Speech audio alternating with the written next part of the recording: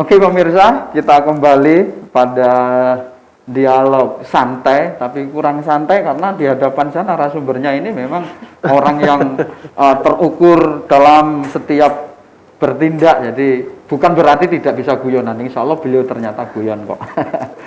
Dan ini tadi agak mohon maaf pemirsa, bukan tidak pakai ya tadi, karena biar tidak ganggu pembicaraan gitu aja. Ternyata dapat teguran dari beliau, oke saya pakai sekarang. Tadi sempat kepotong Pak AKP Yohan dan sahabat Torik, jadi menghitung gitu kan. Tapi sebelum dijawab hitungan ini, kita coba melihat, tadi sempat disinggung saja sama beliau, Bapak AKP Yohan, yang telah dilakukan, bahwa ternyata membuat banner sedemikian rupa, itu pun dibully, kok nakut-nakuti orang. Kemudian di perempatan jalan membuat teatrikal juga, kok ditakut-takuti dan sebagainya. Ditertibkan kegiatan masyarakatnya, kok kami dibatasi. Tiba-tiba banyak yang kehilangan masjidnya, kehilangan silaturahimnya. Emang kemarin ahli ke masjid. Itu pertanyaannya. Nah, guyonan-guyonan seperti ini, apakah memang ada instruksi atau memang ini inisiasi atau seperti apa, dan target yang dilakukan oleh bapak-bapak kepolisian ini sebenarnya unik, lucu kok sebenarnya. Monggo. Kalau kita Mas, memang perintah dari Bapak Kapolda Jatim, seluruh Polres di Jawa Timur kita membuatkan meme-meme seperti itulah. Salah satunya mungkin dengan banner atau media edukasi berbentuk mungkin keranda atau pocet. Enggak, bukan buat nakut-nakutin, enggak kayak gitu. Enggak mungkin lah. Kok polisi mau nakut-nakutin kayak gitu kan, enggak mungkin kayak gitu. Dan kemarin juga setelah mungkin kalau saya berbicara yang viral kemarin, yang viral setelah kita amankan ya pelakunya, ini buat apa? Kok dia diambil? Enggak Pak, saya iseng aja, saya buat nakut-nakuti tetangga saya. kayak gitu. Ya kalau dari kita, sempat kemarin Bapak Kapolres bilang udah, yang penting mereka sudah sadar kalau memang itu salah, seperti itu, meminta maaf, dan sebagai warga Indonesia yang baik, intinya kita sama-sama memberantas ini COVID-19, seperti itu. Intinya seperti itu. Dan yang mendasari ide membuat itu apa, Dan? Ya, karena gini Mas, kadang ya, informasi itu kan nggak bisa diterima sama orang dengan bahasa, bukan dengan bahasa. Mungkin saya atau Mas Torik, cara menerima informasinya itu kan beda-beda, seperti itu. Tapi kadang kalau kita melihat sesuatu hal yang mungkin agak sedikit beda dan kita gampang untuk mencerna itu, seperti kalau mungkin kita bahas lagi yang kemarin sempat viral itu ya. Kan itu ujung-ujungnya semua orang saya pikir takut mati ya kan, seperti itu. Intinya seperti itu, kayak gitulah. Kemarin itu kategori pencurian atau memang ini respon masyarakat yang bagian dari merespon aksi polisi itu kira-kira? Ya mereka sebenarnya juga buat guyon mereka seperti itu loh. Mereka juga buat guyon, mereka ndak mencuri sih, saya pikir kalau misal saya mau saklek ngomongin masalah hukum ya mencuri kayak gitu. Iya, tapi kan apakah kemanfaatan hukumnya didapatkan enggak? Kan balik lagi saya bilang, kita harus lihat masalah itu kan dari berbagai sisi, ya kan, kayak gitu loh. Nggak bisa kita mau saklek kan seperti itu. Memang ketika video itu viral seperti itu, kita coba cari siapa yang ambil. Setelah kita tanya, ini apa Mas, kenapa kok diambil Mas? Enggak Pak, kita buat iseng-iseng aja, buat nakut-nakutin ya kan gitu. Nah kalau nakut-nakutin itu tahu-tahu orangnya jantungan, ya kan? Malah nanti dia meninggal bukan gara-gara COVID loh, ya kan? Kalau kita ngomong itu ya. Tumpuk gitu nanti ya kayak gitu kan.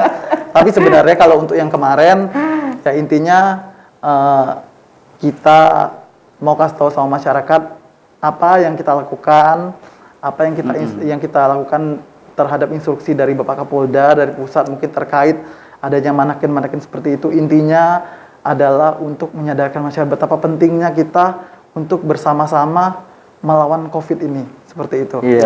Salah satunya apa? Ya mobilitas. Kenapa selalu ada meme mungkin stay at home, di rumah saja? Ya itulah intinya, seperti itu. Kenapa itu ditaruh di alun-alun? Karena alun-alun kan yang ramai di alun-alun. Dan itu, pusat pemerintahan. Seperti itu. Luar biasa pemirsa. Sebenarnya kalau kemudian kita kaji kemarin, selain apapun dalilnya, dia ngambil bukan haknya, pencurian Tapi lucunya pemirsa bahwa si anak ini dan ya 4 orang, kebetulan 4 orang, 4 orang, dewasa 2 orang, anak-anak 2 orang. Anak-anak 2 orang. Ya, Artinya kita sempat menemukan ada video setelah manekin ini diambil buat akun medsosnya, jadi dia murni tidak mencuri dalam arti untuk dijual atau diapa itu enggak. Oke, dari Mas Torik ini kemarin bagian dari fenomena apapun yang dilakukan oleh bapak-bapak kepolisian ini upaya penanganan COVID-19, kesadaran PPKMD, sehingga lahir yang namanya manekin itu. Kemarin fenomena ini menjadi pemberitaan seperti apa? Temuan di masyarakat dan respon pemberitaannya. Ya sempat viral ya, di media sosial dari karena pada waktu itu kan kejadian tersebut terekam CCTV di Dishub ya. Kalau menurut pandangan kami sebenarnya itu adalah merupakan bentuk edukasi kampanye yang ingin disampaikan oleh pihak kepolisian secara humanis kepada masyarakat agar pihak kepolisian mungkin tidak disangka sebagai seorang aparat yang sama ini beringas, yang sama ini yang sedikit kejam seperti itu, ya ingin menyampaikan secara humanis dengan cara membuat, salah satunya dengan cara membuat manekin tersebut. Ya, cuman kadang juga ada beberapa orang yang memang nyinyir atau membuli kejadian tersebut atau cara-cara yang dilakukan oleh pihak kepolisian dalam hal memberikan informasi terhadap masyarakat. Kadang juga repot, tapi yang jelas bagi saya itu adalah merupakan, kalau kita hanya melihat satu sisi dari segi pocong saja, itu artinya kita juga sedikit kurang tepat, karena bagi saya pihak kepolisian juga selama ini juga banyak kok yang sudah dilakukan, ada baksos juga dan juga penyekatan, dan bahkan pihak kepolisian juga terus melakukan pemantauan di beberapa titik yang bisa menimbulkan kerumunan, dan para pelanggar prokes tersebut kan juga dilakukan sidang di tempat. Artinya hal tersebut itu banyak sisi lah yang dilakukan oleh pihak kepolisian bagaimana menangani dan juga ikut mendukung memutus mata rantai penyebaran COVID-19 di Lamongan ini. Oke. Masih sama Mas Torik, karena sama wartawan gitu kan, tentu mampu mengintip. Kalau dari kepolisian kan jelas laporan. Nah, wartawan ini juga mengintip dari situasi dan kondisi yang ada. Kekiniannya ini seperti apa sih sebenarnya? Kalau untuk hari ini ya, kalau semisal ngomong apakah kita optimis atau tidak selama PPKM darurat ini hingga 20 Juli mendatang ini akan aman dan juga terkendali. Kalau per hari ini saya melihat kondisinya ada beberapa rumah sakit yang hari ini masih overload. Pasiennya? Pasien COVID-19 dan bed IGD-nya juga penuh, dan hanya menyisakan 2 rumah sakit yang masih menyisakan bed.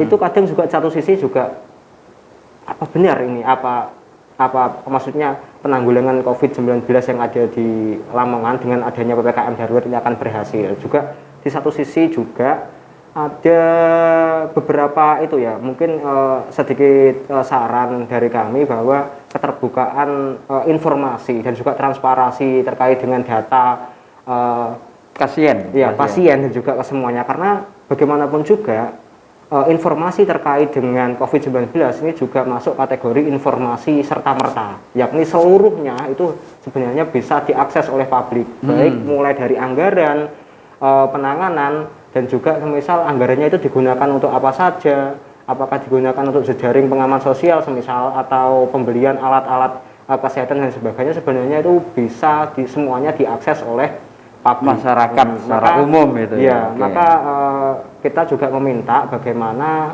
pihak-pihak terkait dalam penanganan COVID-19 di Lamongan ini bisa benar-benar transparan terkait dengan semua data yang ada. Mas Torik, di lapangan.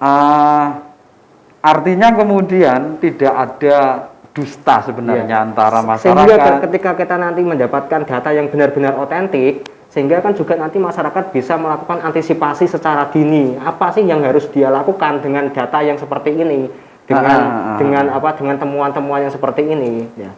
Kita juga dari media sudah berusaha untuk memberikan informasi semaksimal mungkin kepada masyarakat. Akhirnya pemirsa di rumah, bahwa jangan menjadi netizen yang hanya bisa mengkritisi tapi tidak bisa berbuat apa-apa. Oke, ke AKP Yohan lagi ini.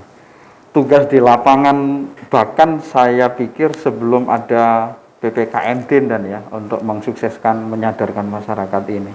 Kemudian data sudah dikantongi oleh pihak kepolisian, baik yang melanggar prokes dan sebagainya. Menghitung temuan-temuan yang ada, kemudian apakah menurut sudut pandang kepolisian ini nanti PPKMD ini bisa kita akhiri tanggal 20 atau ada tahap kedua, Dan? Kalau berbicara seperti itu, saya tidak bisa memberikan kepastian, Mas ya.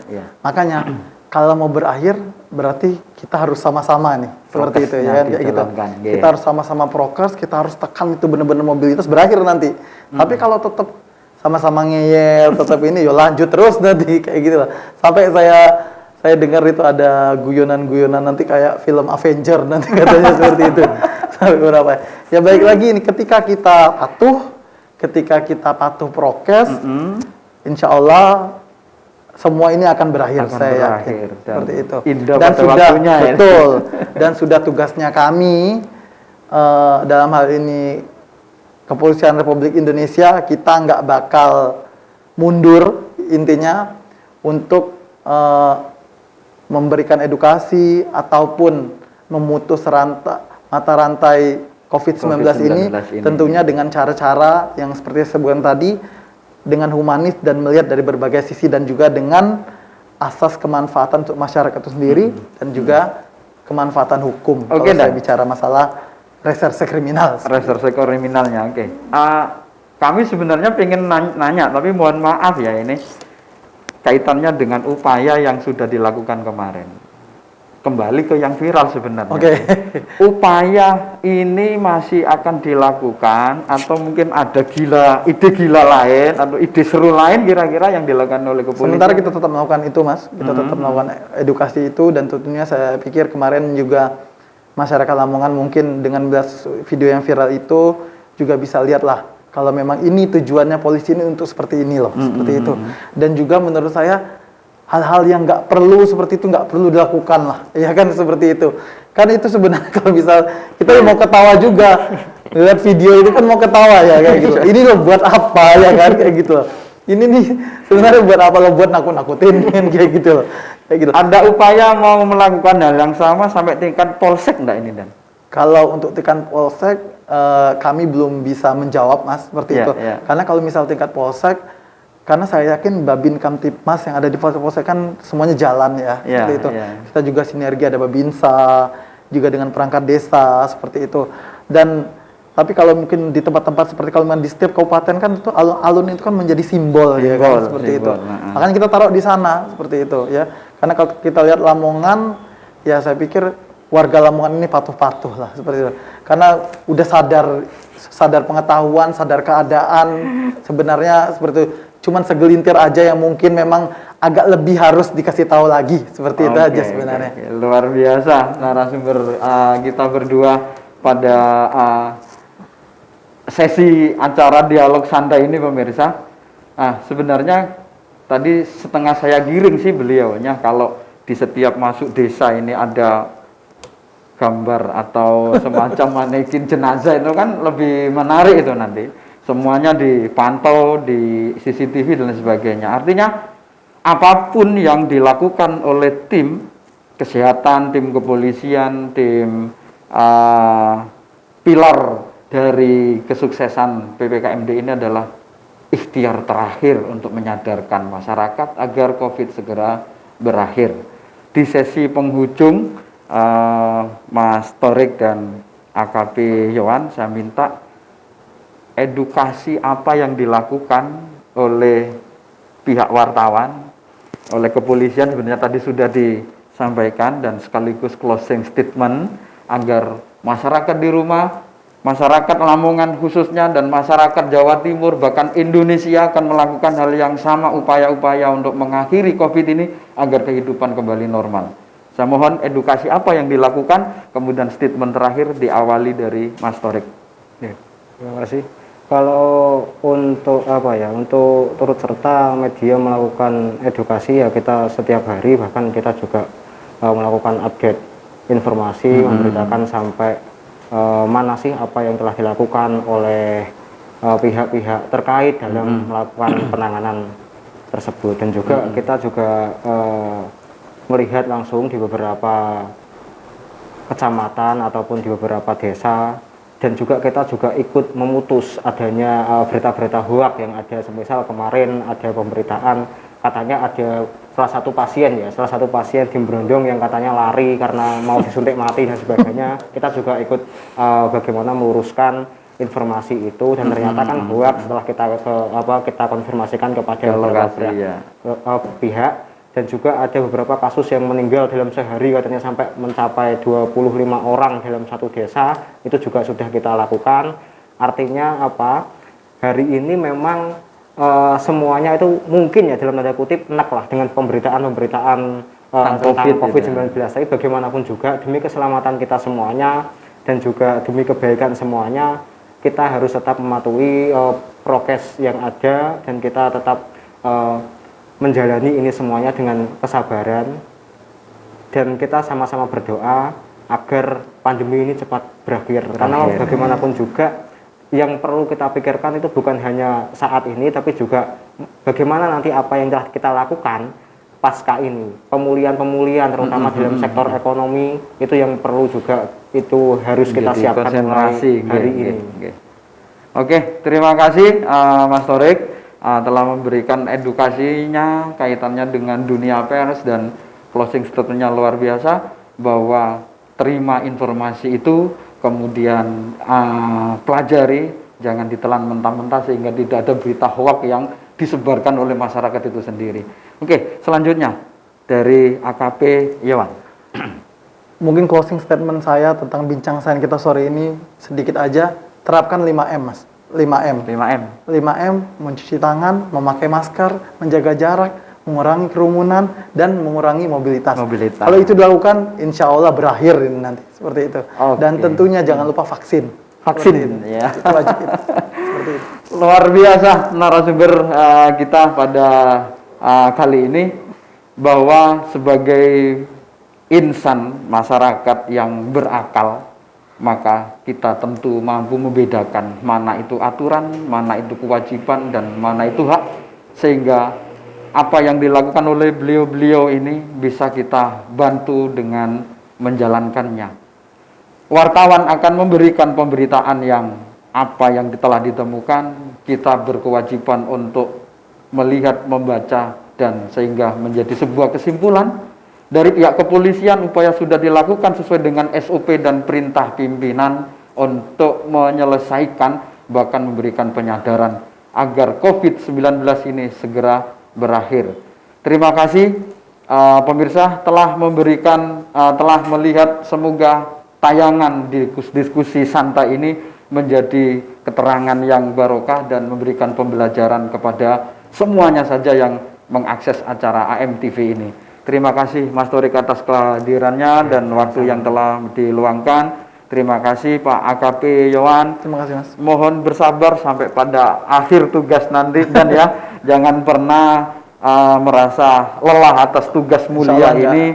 Kami insan media akan memberitakan dan akan memberikan edukasi sehingga AMTV hadir untuk menyelesaikan masalah bersama. Akhirul kalam, wallahul muwaffiq ila aqwamit thoriq. Assalamualaikum warahmatullahi wabarakatuh.